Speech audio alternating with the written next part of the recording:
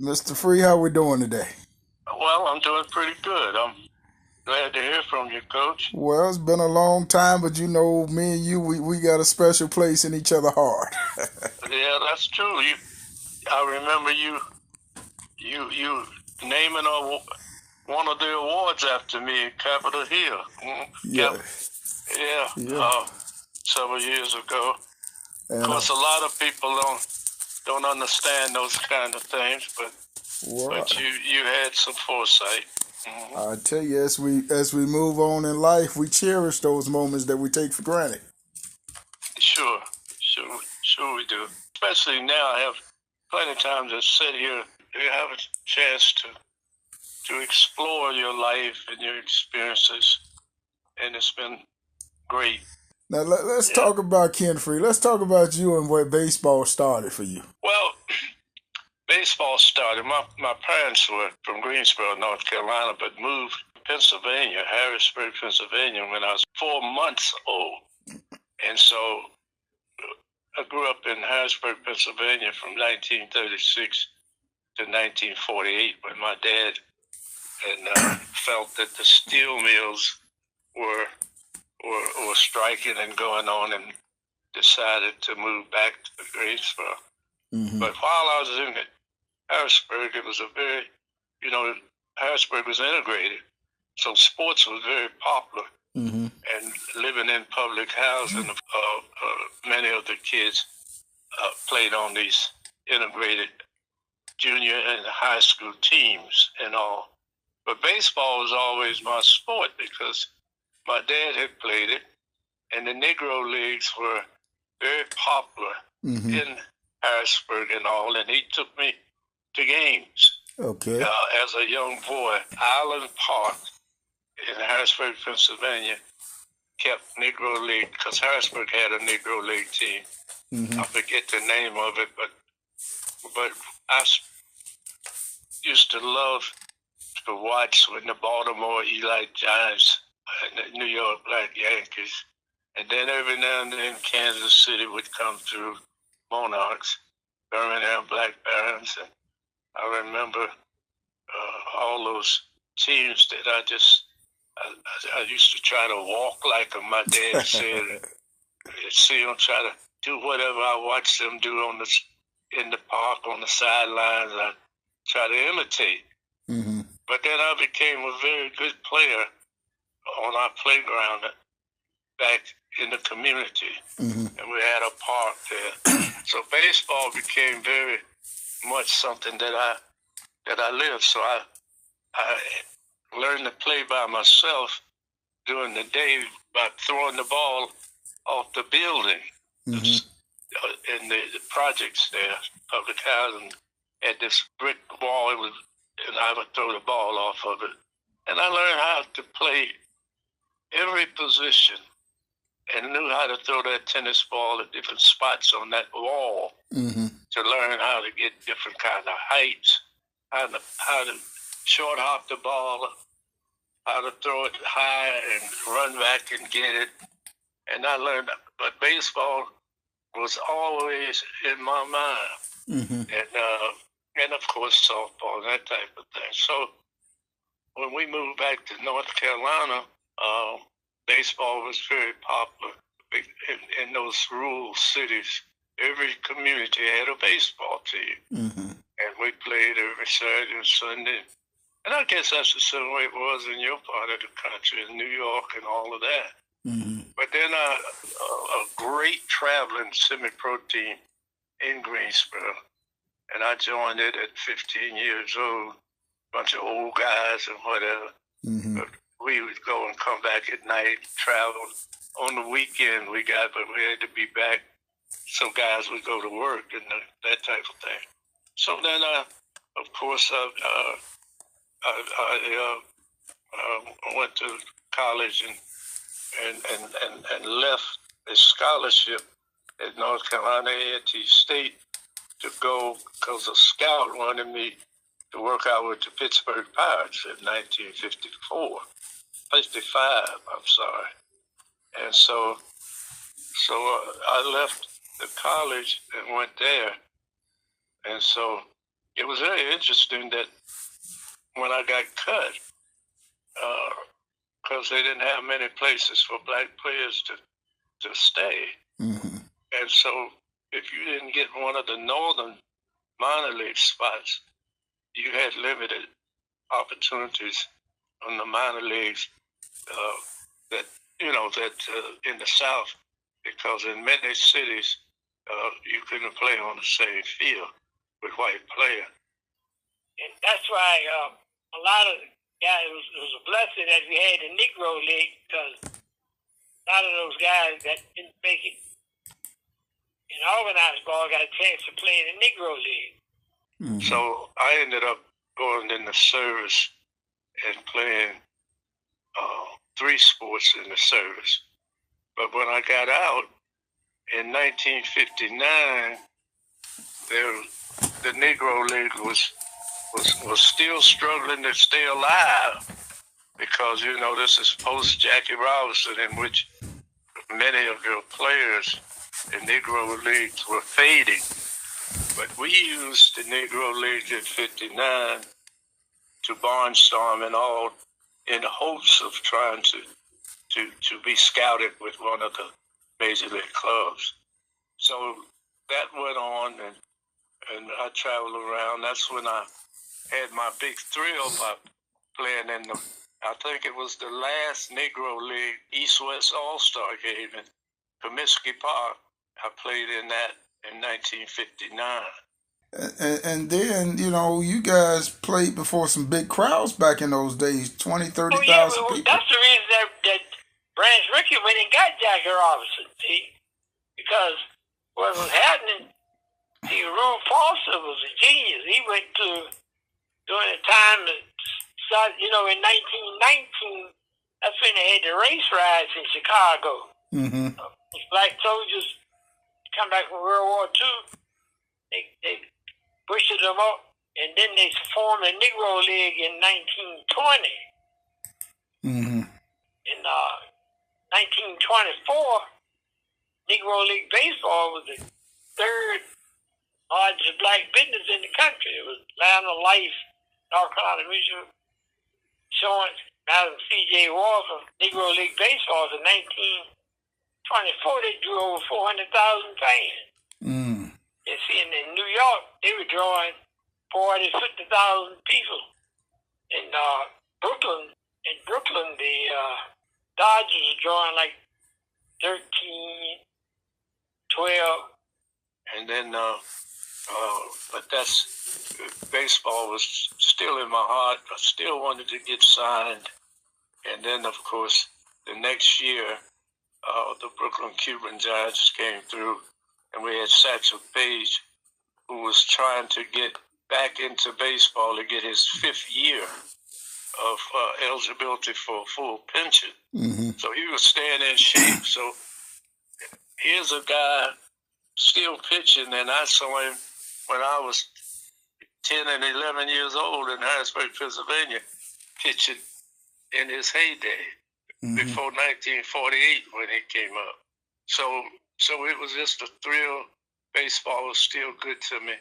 But in that May, the Major League Baseball, Branch Rickey, who brought up Jackie Robinson, tried to get a 3rd league, named the Continental League. And he had that proposal in the Congress. So the Western Carolina was created because it was going to be a farm team of the Continental League, because many of the teams in Buffalo and Toronto and different places were going to be major league teams of the Continental League. So the Congress did not approve it, and so did not approve the Continental League, but decided that they would expand the National League and American League. So my contract was picked up by the New York Mets from the Western Carolina League, and they had the Houston Colts as the other team. And then American League had the California Angels and a new Washington Senator team, since that team moved to Minnesota. Mm-hmm. So I was able to hook up in that league, but I worked out with a team called Lexington in that league, and the guy wanted to keep me, but the city told him he couldn't have but 2 blacks on the team, and he already had one, and he was going to sign this pitcher that came with me, so that gave him 2 blacks. See, those teams, they had a quota system. Mm-hmm. Like the blacks, they don't have so many blacks on the team. Yeah. They have 3 or 4. 2 of them don't be pitchers, you know. Mm-hmm. They don't have 3 or 4 on regular. But it was just my fortune that the team they were playing that night was from Hickory. And he went over and asked the Hickory, he said, "Man, did you watch that kid work out?" I said, "I'd like to sign him, but the city won't let me have but 2 blacks on the team." And the guy said, "Send him over to Hickory. I can have 4 black." And that's how I hooked up into organized ball in New York Mets. But my career, went on from that. I stayed in the Mets organization 4 years after that. But it was just interesting how the Negro Leagues had taught me how to play the game, how to play positions, how to play multiple positions. And in the Negro League, I remember how those guys used to do. In the South, of course, we didn't have nowhere to stay, so we traveled on the bus at night. When they went to the hotels, they couldn't stay at the hotels with the regular team. They had to carry the black players across town. What was that experience like? What was that experience like? Well, with us, we stayed in some shabby hotels, some places, but in some of the hotels we stayed in were clean. But the hotels at that time they had television. They had television in the lobby, and in your room you had a basin, a picture in the basin, and a little towel. Now, hotels would have about 10 rooms on each floor. Mm-hmm. You got 2 to your room. You got 2 bathrooms. And we had gotten from Birmingham after playing the Black Barons. We left going to Perth Amboy, New York, to play a team out up there, not a Negro League team, but a black team that was semi-pro. It was real good. And we were tired traveling all night because that's a long haul. And I remember the managers saying to us after eating those nabs and bologna sandwiches, and he would say, "Oh, I know you guys are tired, and I know how you feel, but we got to go out here and play because I'm told there's going to be 5 scouts in the stand. The Yankees, the Cardinals, the Dodgers. We're going to have 5 scouts in the stand. So you guys want to get out of the Negro League? This is your chance. Every night we play, but there's going to be scouts in the stand." Man, we spurk up just like we lived in the water off Astoria and play the game. And that team beat us that night. And as we were gathering after a shower and all, asked the general manager of our team, or booking secretary, I think they call him, and he said, we asked him, "Man, what? I know the scouts were there. Did they say anything? Did they see anybody they liked? What did the scouts say?" He said, "Oh man, y'all played so bad. Those scouts left in the 3rd inning, and man, wasn't no scouts there at all. but they used it to spurk us up. And the few Negro League teams that were still left in '59, it was like a traveling farm team. You were going to get scouted every night, and you know how farm teams are to supply the major leagues. So we go from city to city, and we play all over the place. And and that's the year we played. That was '59, the year we played all the way to Chicago. But even if that was the last Negro League All-Star game, it was because it's still, according to the numbers that they gave us, it went from 60,000 people that they used to draw. But even at that game, we had 42,000 at Comiskey Park. Wow. And that was what was reported to us, which was, even now, that would be a heck of a crowd. Yeah. But it was just interesting. It was interesting I even remember the hotels that the two teams stayed in. There was a hotel called the Strand, and there was one called Wentworth, and all them good eating places and things in Chicago. And I won't forget that experience. I don't think ever. And but you learn a lot of stuff. Even those 4 weeks I traveled with Satchel Paige, I learned so much from just sitting around talking and listening to him. Satchel lasts a long time. What Satchel would do, Satchel back in I went in the Army. Satchel took a group of guys and went to Canada.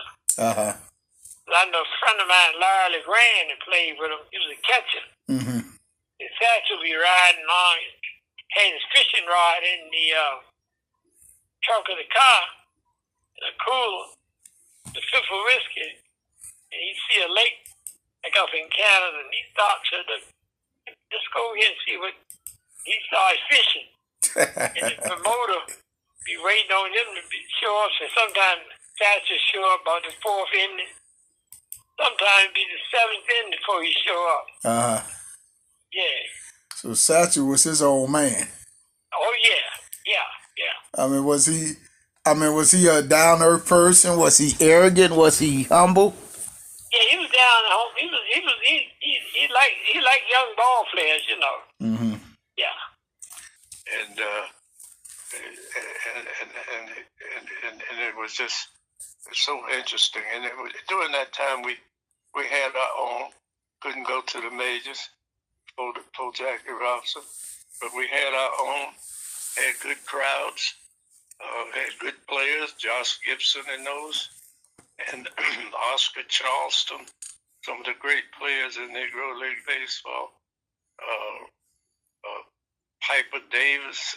I remember my dad taking me to see in Pennsylvania. The Baltimore Eli Giants played somebody in Harrisburg, and Roy Campanella was the second string catcher to this guy named Clark. And then Campanella, of course, after Jackie Robinson, ended up in the big leagues. Because just like Robinson, they sent him to Montreal. Hey, now Larry Doby, Hank Thompson, Willis Brown, they didn't send them to the minors. They put them right in the majors, you know. Okay. Yeah. See, Hank Thompson and Willis Brown, they played with the Monarchs, and they were with the St. Louis Browns. A lot of people don't know. But yeah, I played in the Negro League. I played a lot of baseball. Played in the minors. Didn't get called up, so I ended up going back to school, finishing my education, and then of course I went on to a good profession, and position of notoriety was being the first full-time commissioner of the Mid-Eastern Athletic Conference, better known as MEAC, and those kind of things. And of course, on the March Madness, I was the first member of the NCAA Division I men's basketball committee. I was the first black on that. Yeah. And I made them aware of the fact that with all the black players in college basketball, there should be a black member on that committee. But it wasn't about race so much as it was about you had to be an administrator to be on the basketball committee. You couldn't be active in coaching and that type of thing. Mm-hmm. So it was just a coincidence that I nominated another black guy to be the first black on that committee. Mm-hmm. And after they explored the thing, they decided that I should be the first. And it kind of threw me back to Negro League baseball. Mm-hmm. when Jackie Robinson was named to be the first black for Major League Baseball. Mm-hmm. There were a lot of players that may have been more deserving as far as ability is concerned. Mm-hmm. But maybe my social skills caused me to be the first.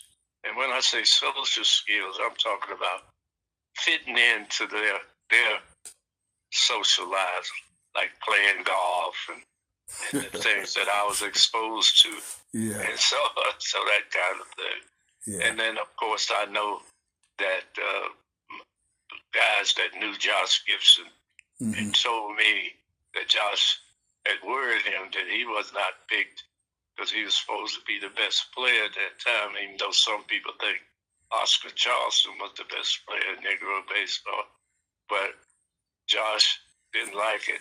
But Branch Rickey and them, as they do so well, is they do research and background checks, and they know good and well if they'd have brought up Josh Gibson with his background, and the first time he heard one of them call him an N-word, he'd be in jail because he'd crack somebody's neck.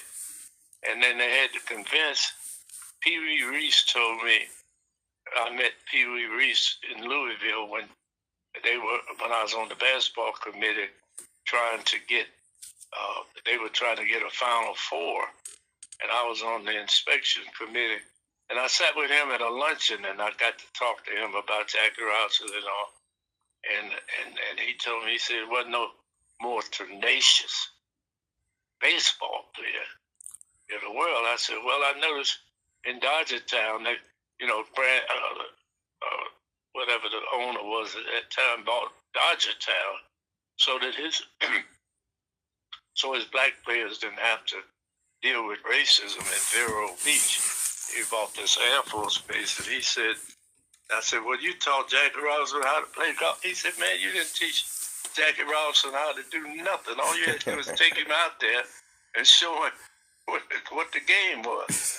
Jackie Robinson taught he said he was good at everything. But he just picked it up himself and made himself that kind of player. Mm. So he was tenacious and that type of guy. I got Pee Wee Reese's autograph from my dad because he was a Dodger fan because he went to the World Series every year after 47. Mm-hmm. Jackie Robinson and those played. So to get Pee Wee Reese's autograph in that late date, because he was on the local committee in Louisville. What position did you play? I started off as a shortstop and ended up third baseman. I played third in the Negro League. And there was an old Negro, you can look this up, the old Negro League player, outstanding third baseman, that they said that I played like. His last name was Danbridge. Mm. And because I was bow-legged, he was bow-legged. I had a long head, and he had a long head. But Danbridge was out of Richmond, Virginia, and a hell of a Negro League player. So I ended up a third baseman most of my career. And when I played in Mets organization, I had to play shortstop a lot of times. And then when school was out, they'd always sign someone at shortstop, and I'd go back to third. And then one made the major leagues and played in one of my teammates was Bud Harrelson, who played with the Mets that beat Baltimore in '69. And of course, Tug McGraw, he and his brother played with. So Hank and McGraw's. And so third base was my major position. But in Negro League ball, a lot of times you had to play other positions. So I even caught. Mm-hmm. I played second base. In the Mets organization, I even played first base, outfield. But I learned that from throwing that tennis ball off that wall in the public housing projects in Harrisburg, Pennsylvania. 18 years old, I started playing with older guys in these traveling local semi-pro teams. And we would travel all over. Like the team I played for was the Greensboro Redbirds. Mm-hmm. And they traveled and played. Like I played against, with the Redbirds, I played against Hank Aaron when he was with the Clowns. Mm-hmm. He was second baseman at the time. But that was good baseball. And it was like a farm team because mm-hmm. every time we played a Negro League team, the Greensboro Redbirds, one of our players would end up leaving with one of those teams. And one of the guys just died who played at A&T and played with the Redbirds, and the Memphis Red Sox came through and we played, and he left with them, Jimmy Robinson. Mm-hmm. You may have saw him on the Toyota commercials before he died. And he was a teammate of ours on Greensboro, coming out of A&T right here. He played with that team until Memphis signed him. So he was an old Negro League player. But every time we'd play one of them teams, they'd take one of our players. Because during that time, after Jackie Robinson, man, them guys at the Negro League team, they had contracts on you. Mm-hmm. And for a major league team to sign you, they had to buy the contract. Mm-hmm. So, I mean, one of our Negro League players, it didn't get signed until late.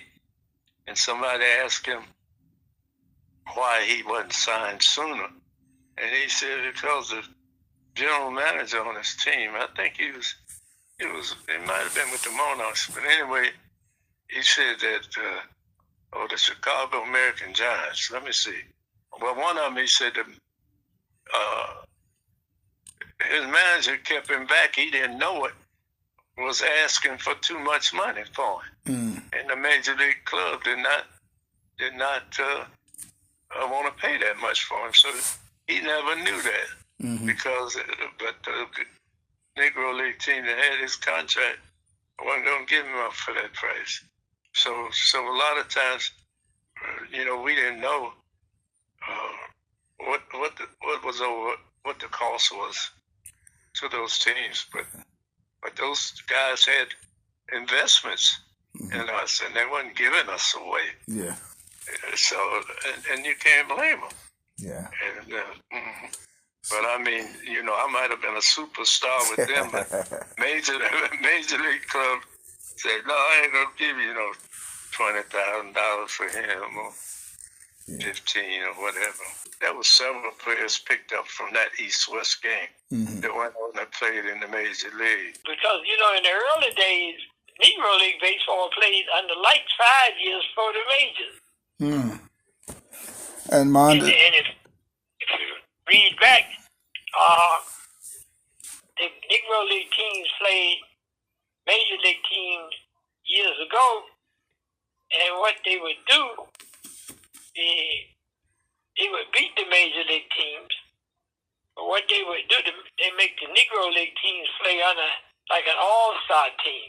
Mm-hmm. So you couldn't say that Kansas City Monarchs beat the New York Yankees, you know. Well, what was the pay like in Negro Leagues? How was y'all paid? Okay, we were paid monthly, so to speak. But let me tell you, that's a good question you had. My salary for the Raleigh Tigers had bought a franchise in the Negro Leagues later on, and they paid me $150 a month. Mm-hmm. Whenever I got it. Whenever you got it. Yeah. Whenever they got around to it. Is that called robbing Peter to pay Paul? That's what we call it today. Yeah. Oh, yeah. Well, see, the rule was we got $2 a night. They call it eating money. Okay, meal money. Yeah. Okay, so $2 a day is what you got, plus your salary. Now, you get paid every night after the game. And I learned how to eat, save enough money to wash my clothes, because it took a dime to wash and 2 dimes to dry. Mm-hmm. So we would take 30 cents and set it aside whenever you wanted to wash your clothes traveling. Mm-hmm. Okay, so the 70 cents. Or whatever's left of the $2 out of 30 cents, mm-hmm. Then you would eat. And most of those meals back then was big meals at soul restaurants, man. Mm-hmm. 45 cents. Mm. During that time, you got black restaurants give you 2 pieces of meat and 3 vegetables. I mean, you ate good. And then, of course, you save something for breakfast. Now, what I learned to do was to sleep to 10, 11 o'clock when we got to New York and we were playing around New Jersey. Mm-hmm. We stayed at the Harlem Y, and you left every day around 2 o'clock to get to the site where you're going to play around New Jersey for a night game. Mm-hmm. And so I would get me a bowl of cereal, and my dad told me to keep me some prune juice. Mm-hmm. He said you stay alert with your bowels moving. so you get you some prune juice and a bowl of cereal. And then for lunch, on your way out, you get a big slice of pizza. Uh-huh. 15-cent slice of pizza. Uh-huh. I think those things cost $5 now. Yeah, close to it. Yeah. But out of New York, there was the best pizza sold on the street you ever seen. Mm. So we get that. Then we get another $2 after the game of that night. Mm-hmm. And then go have your good evening meal 12 o'clock at night, 11 or 12 o'clock at night, and you eat a good meal. So we went to bus stop in a place called Lawrenceville. Mm-hmm. And during that time, you go in the bus stop, you go in the restaurant. Blacks couldn't go in the restaurant. They had a little hole where you give the dishwasher your money. Uh-huh. So they got 15 in the rest stop. So by the time they feed all the white people, 15 minutes start loading back on the bus. Now you got a chance. I can stay there and miss the bus. I lose my money. Uh-huh. I need no money back. But the pay was, during that time, was not your contract may be filled based on what kind of crowds mm-hmm. you drew back then. Mm-hmm. Well, baseball had become so diluted in these towns that the crowds sometimes would cause you to get a half a paycheck mm-hmm. and that kind of stuff. So you struggled, but the exposure and things that you went through was just good. But it wasn't nothing like the days when Jackie Ross and them played. Because see, when Jackie came out of college, he was a three or four letter man out of UCLA, and I mean and people would come see these guys play, and so they made good money back in those days. But I don't think those monthly contracts were anything absorbent. But I know that my contract was $150 in 1959, and I think the top salary was like $300 a month. And how long was the season back then? Did it go from?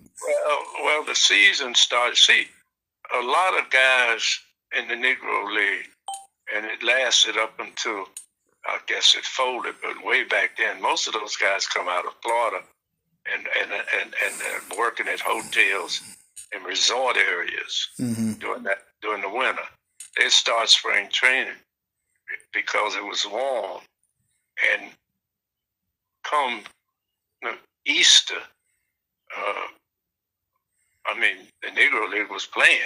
I mean, we were playing in the end of March, and so I mean, them teams come through Harrisburg early, going wherever they're going. And that particular year that I played, we opened up in Newark, and that was end of March.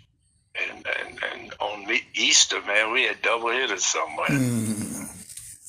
So, and you ended around Labor Day. Okay, September. Yeah, September, the first Monday in September. That was a big payday for Negro League baseball. Okay. That Monday, and so that was a big payday. But see, what concerns me now is that even with the Negro National Anthem, I asked when I've had young black kids ask me, Negro National Anthem, Negro League, what was that? I mean, somehow or another our history has been taken away, and I mean, these kids hadn't learned anything about what did we need a Negro National Anthem for? I mean, what about this new generation of ball players, and more importantly, African American ball players that's coming up that don't know nothing about the generation of ball players? Well, I don't really blame the generation or blame the, like Bob Marley says, you don't blame the children. I blame, the parents, baseball, and the generation before them for not passing along the history to them. Major League Baseball and black ball players kind of bear some of the blame for not catching that torch on. Oh yeah, that's what I'm saying. I mean, that's why I blame the most. Not the torch necessarily, but the information. It's like, hey man, look up this guy, because we're in a state. We're in a generation of information. Yeah. You know what I mean? So hey, the information's there. We just have to direct them, to the information. Son, because you could stand up to the white folks' national anthem. Yeah. Or you couldn't play in the major leagues because of your color. And that's why we had to start our own league, the Negro League. Yeah. That was our major league. So, I mean, I can admire what you're doing, because now you're talking about layers of parents that came along after these things occurred, and nobody told them about it. And see, then we were so sometimes jealous of each other's history of back when it was all black, that we don't talk about it, we don't tell about it. Yeah. Because, I mean, this is I had the most concern about what I've done, because a couple of articles have come out about me when this Major League accepted the statistics from the Negro League. They asked me my comments and all that. Just last week, Major League Baseball honored the Negro League players at Rickwood.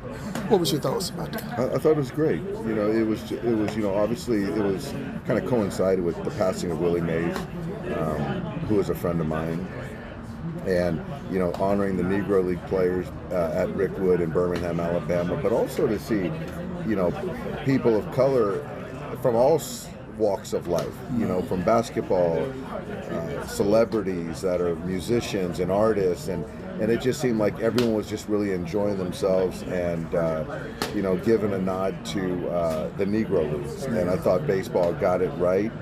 I think there was even an inning where it was in black and white, and so that was pretty cool. I was playing or coaching, so I didn't get a chance to see the footage or the coverage, but I heard that they did a great job, and hats off to Major League Baseball. And just like you said, a lot of people say, Ken, I've been around these people a long time, and they say, Ken, I didn't know you played in Negro League, blah, blah, blah. Well, I guess it's my fault that I didn't tell anybody. But when I told people about the Negro League, you might get a little laugh, a little or something like that, but never no question about what it was like or whatever. Now, whatever I went through, it was a luxury for the old Negro League players. If you watch the pictures of the out of uniform pictures, man, them cats dressed up with nice clothes and hats. It was sharp. You know what I mean? It was big time Negro League baseball players. And it was like, the days of Sugar Ray and Joe Louis and that kind of stuff. What was the price to go to a game? Oh, man, I think that Daddy would pay 25 cents. Wow. Not today.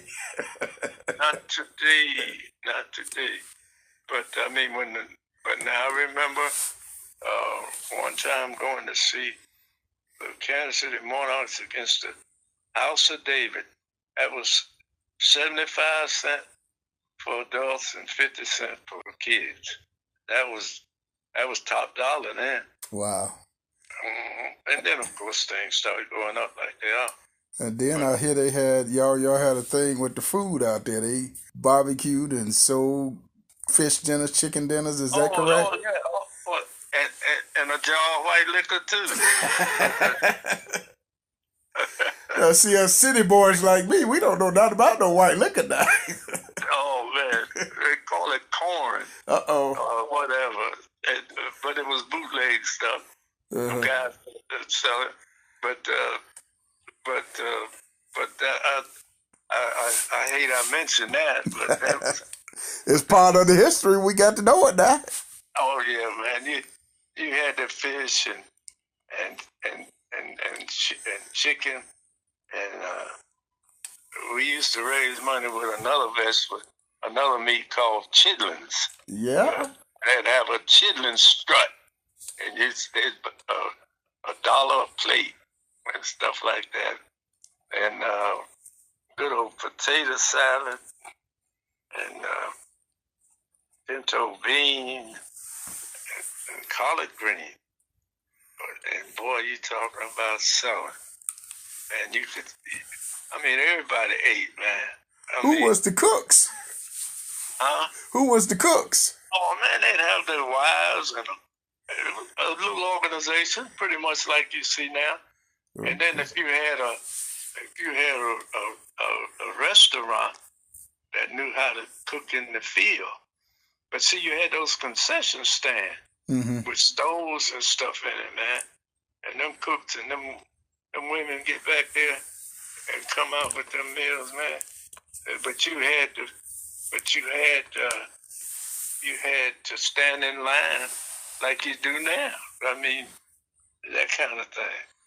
And so you had outside the arena back in Negro League baseball with people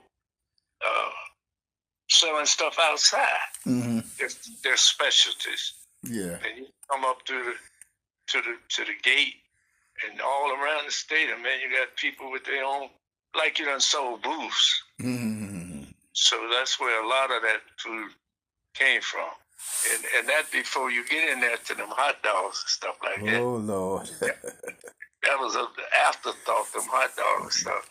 And then people started getting upset that sold popcorn and hot dogs and stuff. And they got rid of those people who charged them so much for a spot to cook their own food in the meal. But you would always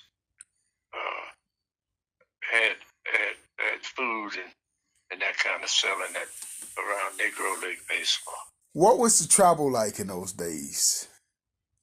Okay, the travel was bad, not bad, but it was travel below the Mason-Dixon line, and you were glad whenever you went above the line. Travel was on a bus. Everybody had a big bus, like one of them old Greyhounds. They call them flexibles. And they didn't have bathrooms on them, but most of our travel was at night after a game. So you could pull on the side of the road and use the bathroom. Yeah. So travel was at night. You make sure while we playing, the bus driver go and fill the bus up and have it ready to go. He'd get his sleep while we playing ball, and then you go and you during the South you make sure you gassed up, and if you stopped to get something, you had to be very careful because at night them places that were owned by white people wouldn't let you come in there as a gang. You come in there in pairs and stuff like that. Yeah. And with no hotels available to you. In some cities they had these tourist homes and that type of stuff. But usually in most of your good towns, you finish your game and you got to go somewhere, but you would go eat, and you had these soul or black restaurants and stuff that stayed open to about 2 o'clock in the morning. And so you made sure you didn't leave there until that place closed. And so based on where you had to go. And so we would do that. Now every now and then when you had to play in the same area, you find one of those tourist homes or YMCAs or somewhere to spend the night. But mostly you travel all night. And it was interesting because the manager would come down and see who's pitching, where his pitchers were, going to pitch the next night and all. And they wouldn't let them, if they were a right-hand pitcher, you couldn't sit next to the window on the right side. If you're a left-hand pitcher, you couldn't sit next to the window on the left side. You sit in the aisle or over on the right side because they didn't want you to catch cold in your arm and that type of thing. So they would notice you like that. Yeah. And it was interesting. But during that time, a lot of times though, there'd be a lot of arguments between pitchers, and if you made an error back then, if you're a young player, man, you might get slapped. And that's what one of them pitchers tell you. But travel was good. You didn't travel in no uniform or nothing. You never looked like a ball player on the bus while you were traveling. Yeah. You never. I mean, they were very sharp. You walked into the stadium, and that's the first time people knew you was a ball player. You didn't wear no cap, no baseball cap, and everything was in a bag, and you had on dress clothes all the time. You always looked the best when you went to a stadium. Nice shirt, pair of slacks, that type of stuff. Now, do you have any of your Negro League uniforms? No, I don't. I got one that I made up with Raleigh on it and the Raleigh cap, but it's not original. So who kept those? The owners? Yeah. Yeah. They kept them, pass them out every year. No, you didn't keep them. And a lot of times you got them cleaned as a unit and passed back out, that type of thing. But you turn those uniforms in, that kind of stuff. And then, see, during that time, you never thought about it being valuable. Like I should have took all kind of pictures because I couldn't afford a camera. Yeah. Besides pays those 4 months that I traveled with him. You know, because nowadays you got to show a picture or something for someone to believe that you did it. Yeah. So I didn't take more pictures, but a camera and traveling, sometimes back then you had to put your film in and it'd take a week to get it back. Yeah. So that kind of stuff where you carried with you until you got somewhere where you're gonna be there long enough to have them develop. Yeah. But they had the best thing going for Negro baseball was the type of black papers and the reporters that we had back then. Those Afro, the Journal and Guide, and I guess there's a big paper out of Chicago, a black paper, and those writers and stuff kept up with Negro baseball just like the other papers did the other. So man, got your picture in the Journal and Guide. Them guys was something else back in those days, and you need to do a history of those writers, black Negro League sports or black sports in general. Yeah. And they were outstanding. Blow it up, make it look good. I forget some of those guys' names. I was talking about them the other day. A guy called me, but there was several Hall of Fame black sports writers in those black papers back then. They were big time. And the New York, Chicago, Baltimore, those cities had all these writers, and they were outstanding. That's some history. Satchel Paige, what was he like, and what was your relationship with him? Okay, Satchel Paige was an old guy when I met with him, but our relationship was he was always like a star, but he was congenial and helpful.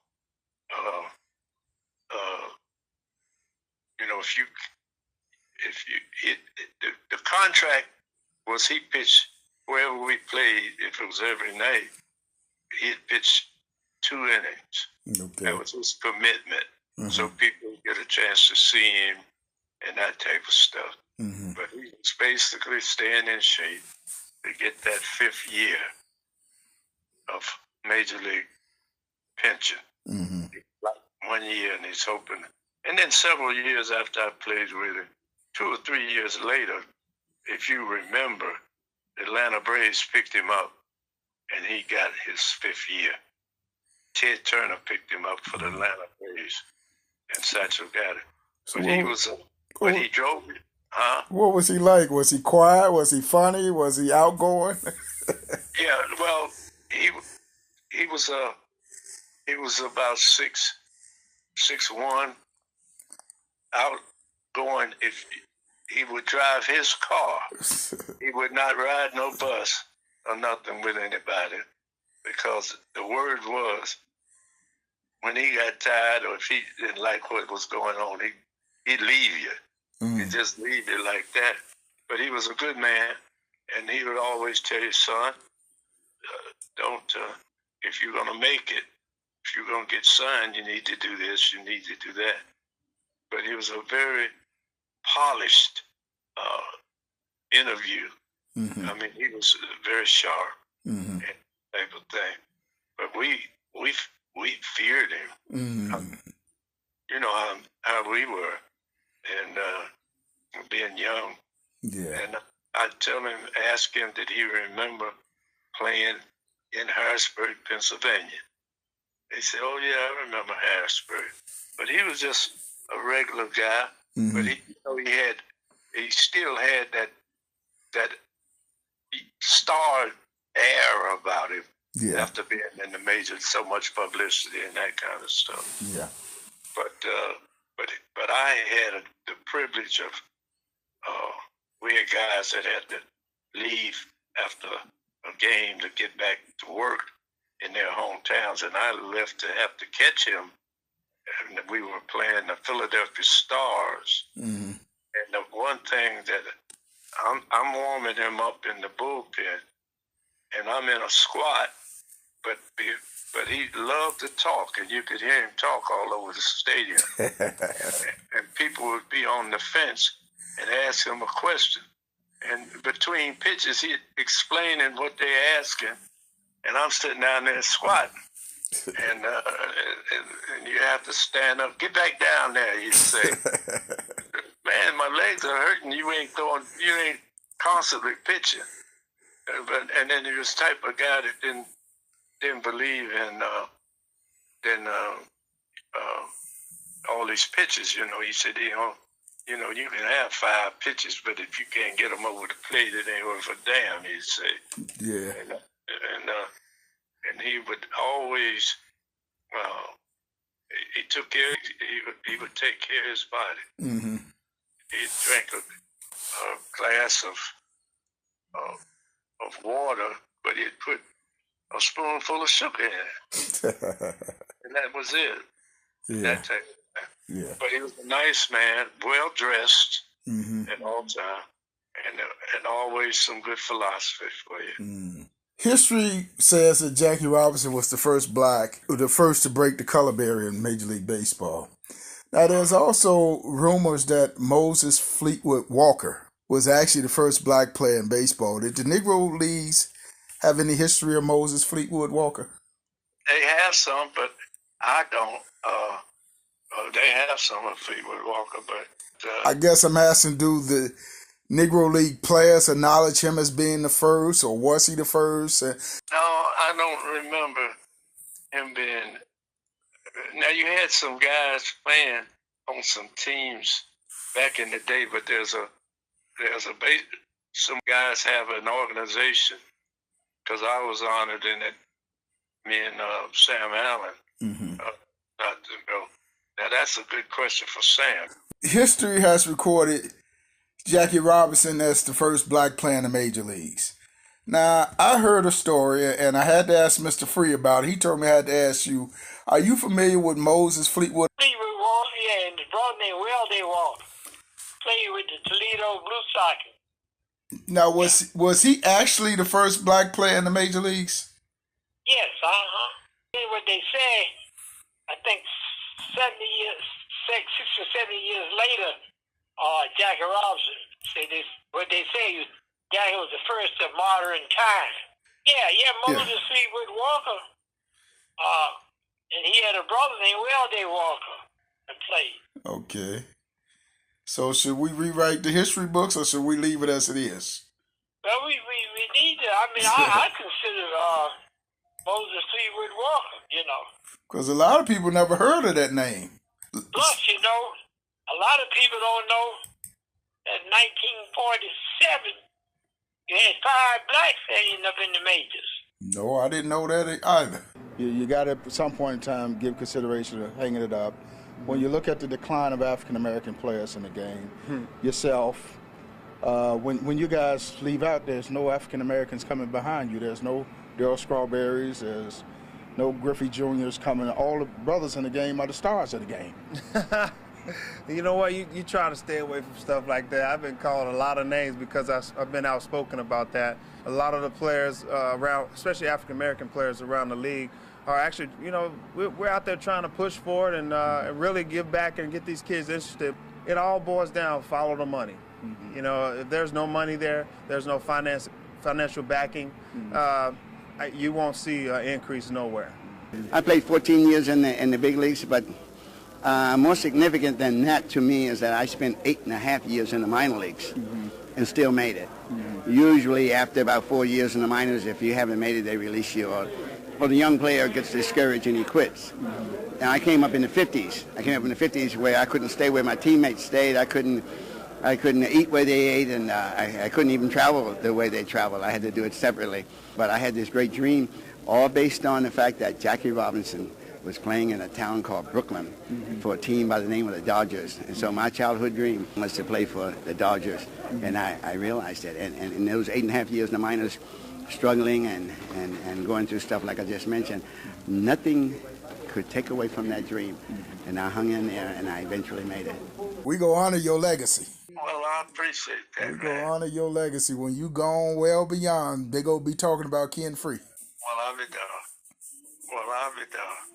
Well, I hope so. My two boys would love that, and my grandkids. Well, we gonna leave your legacy behind, Mr. Free. You got my word on that. We gonna leave your legacy. Oh my God, thank you. It's gonna be. Okay, I appreciate it here.